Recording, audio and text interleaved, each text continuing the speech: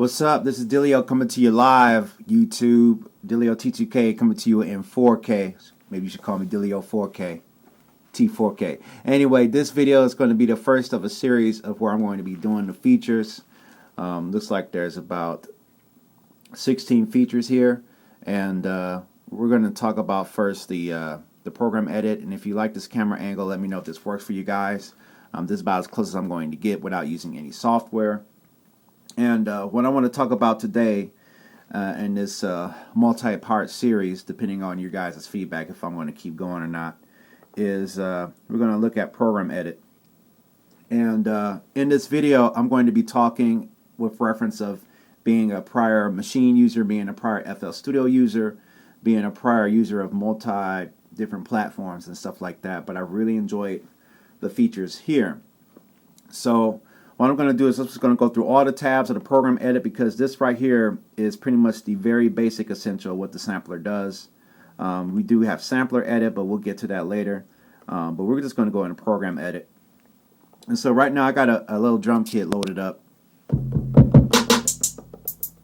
Right, just a little drum kit loaded up. And I'm just going to go through some of the features of program edit. Now, if you're a Maschine user, programs, you could compare a program to a group. And in a group on Maschine, you got 16 pads, and you start off with 8 groups. Now, you can have as many groups as you want now, but I remember back when you could just have the 8. And you had 16 pads here. On the Akai side of things, you get programs, but you get pad banks, okay? So inside of one pad bank, you have 16 pads, all right? And you can have up to, I believe, 128. So if you look at this, 16 times 4 there, and then you got, if you hit shift and you hold the pad again, notice how these are turning yellow here, you know? So you get 128 pads per one program, which I think is pretty cool. So I think a good thing to do with that is to have all your drum sounds that you like to use, all your favorites. You just have one big, huge program that you load one time, you know. And as I start to make new music on this platform, that'll probably be the thing that I do. So you get about 16 pads for pad bank. And you get all the way up to pad or bank H by hitting shift, and now you're in H. Or you can double tap like that, which is cool. That might not be a feature that you might have known about. I didn't know about. And in this program, you have a polyphony of 16, so that means 16 sounds can be triggered within this program at the same time. The same feature is in Maschine as well. Or you can go to a mono thing there where you only have one sound at a time. That's one way to do it, but there's also multiple ways to do it. I know in the Maschine groups, you can assign polyphony to the whole group of 16 pads. So you can go from poly to mono to 16, and if you want to go beyond that, you can go all the way up to 32. But we're going to keep it at 16. Semi. This basically changes the sounds up and down semitones. And this goes for the whole group, okay? This is for the whole group. All right, and I'm just controlling it with this wheel here.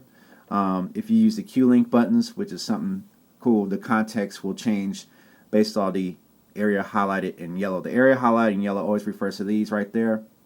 So 1, 2, 3, there's nothing on 4, so nothing would change there. And so we can bring back there. Fine is just kind of like a really fine tuning of the pitches of each sample.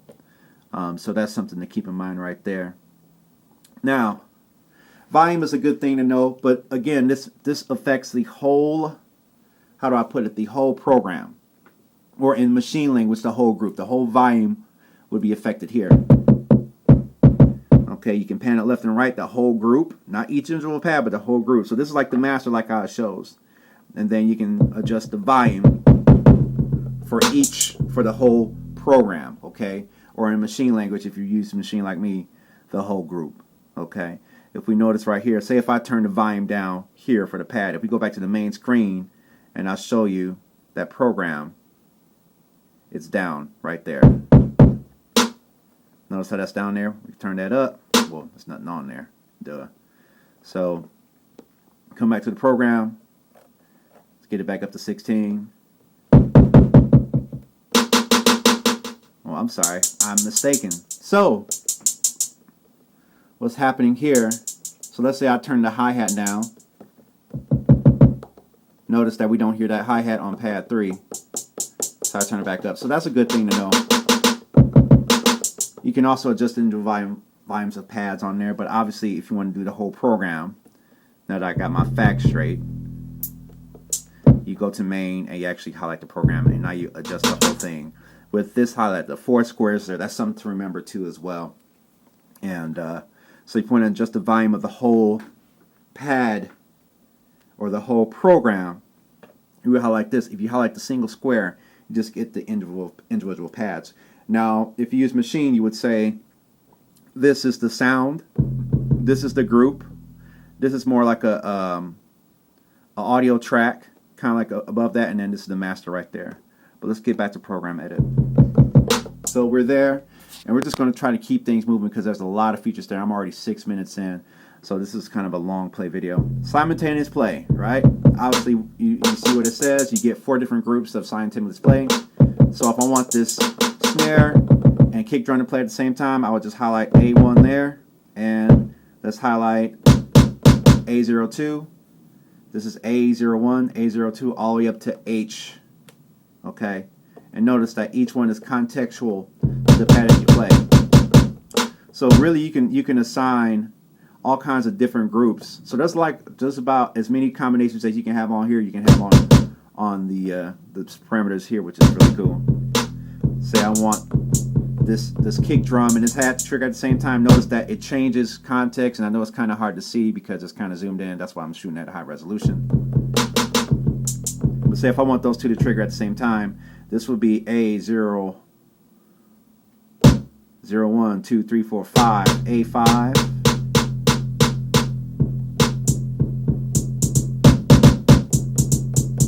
So basically the default of the pad, and notice you can tell what pad you're working on right here up at top here,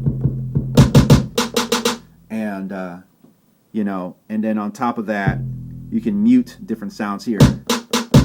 So that's something to check out as well.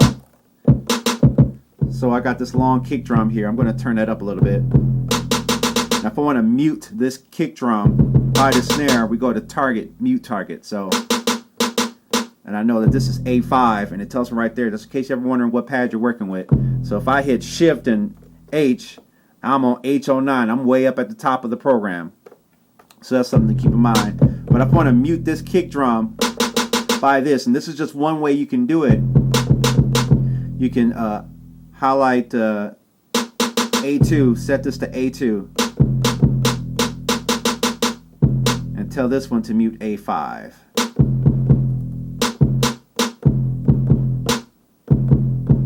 Notice that A05 mutes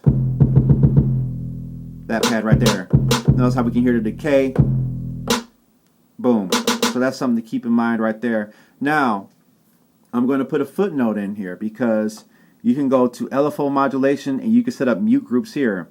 But we haven't even got to there yet, you know. But we'll get to there. But just real quick, just so you can see this real quick. If I want to set this to a mute group, so A05, mute group 1, snare, A02, and I set that on mute group room, any sound being triggered within that mute group is automatically assigned there. And as you can see, you have up to 32 mute groups right there. So that's something to keep in mind as well. But we're still on the master tab. So that's something to keep in mind right there. So you got different mute groups. You got pretty much 32. Well, actually, you can set up any combination of mute groups amongst all the pad banks, which I believe, again, goes up to 128, being that the first 4, A, B, C, and D, add up to 64. E, F, G, and H is an additional 164 for a total of 128 sounds, which falls right underneath the parameters of MIDI. So that's something to keep in mind. Okay. So let's move forward because this gets really in depth, and we're going to look at the samples tab. Now, as you can see, when we hit the samples tab, we can do a few things. The first thing we can do, and again, notice I'm hitting the Q link, and I can change what sample is here by that parameter, and I can do this for any pad. So if I go to Shift H, I like to use this as an example, and I hit H01, notice we can tell that's what it says up there. I know it's kind of hard to see. I can select a sample for H01, right? And I can come back to A01 or A05 and have it there. Obviously, basic sample start parameters you can change right here. Notice we can see the start point changing. And we can also affect the parameter of it ending. If I hit the Q link button again. Right. Loop is another parameter we can do. And in order to make it loop, we do have to, I believe, turn on the loop parameters. So as you can see,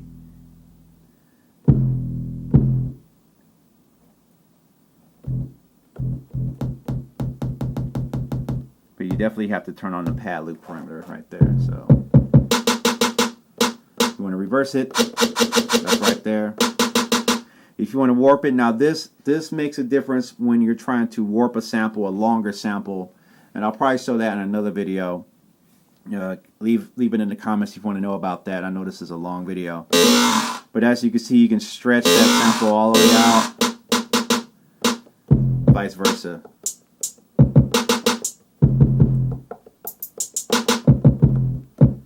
You know, so that's pretty cool. Now, when you hit the, you got 3 different squares right there. You got 3 different parameters we can get into. And after I finish this, I think we'll wrap up the video for today, because I know it is a lot more than I was expecting when I got into this unit. Okay, so again, the same parameters apply. You can change it here. Well, let me find another one that's more easier to hear.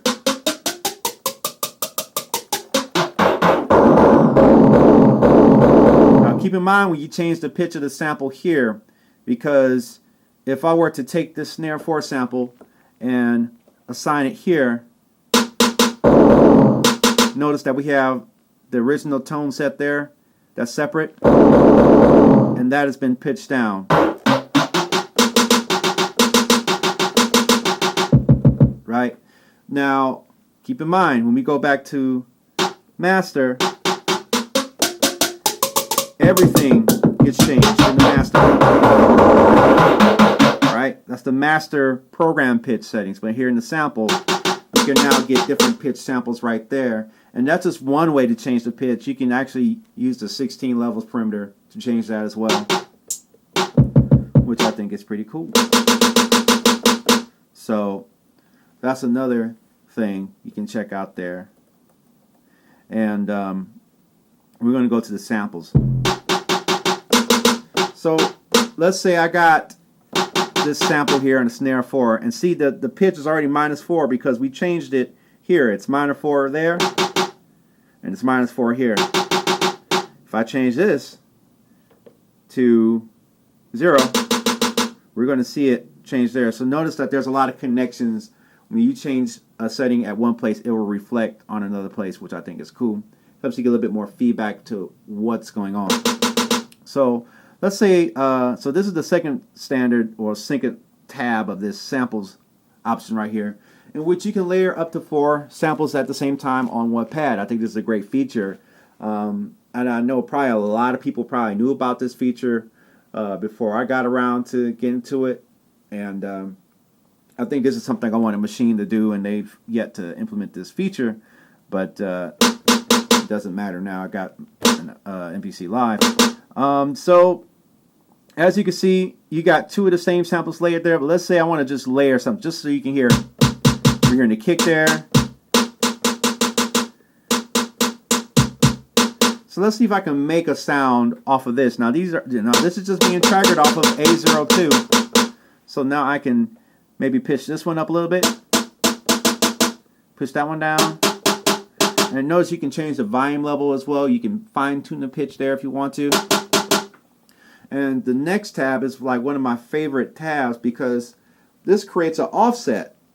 So this delays the time of the sample being triggered from the time you press the sample. I'll show you what I mean. So if I turn this to a minus 700, listen to what happens. Here how you kind of hear that's offset. And if I even want to go further and make it even more sloppier,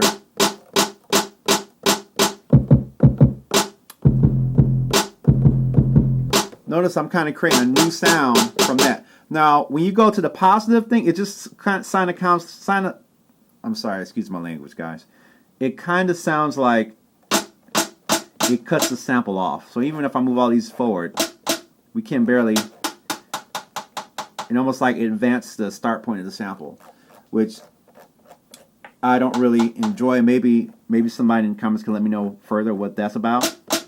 But I do like this feature where you can kind of make those start points sloppy. In order to achieve this, like in Maschine, I would have to use 3 different squares or 3 different samples, and then go to the events list or the piano roll or whatever you want to see on the screen, or even use the hardware and nudge different samples out of time with each other to get the same effect. The same effect. But now we have a more interesting snare, and even cooler is that I can pan those samples right here. I can change the velocity start points, the velocity end, but I can also change where these samples are at in the stereo field, even allowing me to create even more flavorful things. And just on top of that, as I wrap this video up, because I see this is going long, but I think this is something that people will want to see, is that when I do this new sample here, there's an option to create a sample or to even make the layers come into one sample. And let me see if I can remember how to do that real quick. So I can either save the current program or I can flatten the pad. That's the perimeter right there. When you flatten the pad, you turn those 3 separate samples into one samples by coming back to the main menu, hitting the pencil. If you ever want to edit or change anything, the dialect is the pencil icon for anything on here when you're coming from the main menu. The letter is kind of like Microsoft Word where you name things, but when you want to get underneath the hood of the program or key groups or whatever, that's a good thing to do. So if I hit flatten pad, and I'll assign it to an unused pad. So let's see here. I'll go to this pad here, and that would be 12, right? Let's see here. Flatten pads. And I'll call it a new sample. Okay, so you have to select the sample that you want to do it to, and it'll save it into the RAM on the MPC. So I'm going to save that and hit do it. Now, let's go back to the program edit. I'm going to go to empty pad A12, and I'm going to find that snare I just did. And there it is. That same sample we just created is now right there. And you can see that the waveform has that little bit of offset going on. That's a cool sample. I might have to save that. So that's a great way to do sound design with that.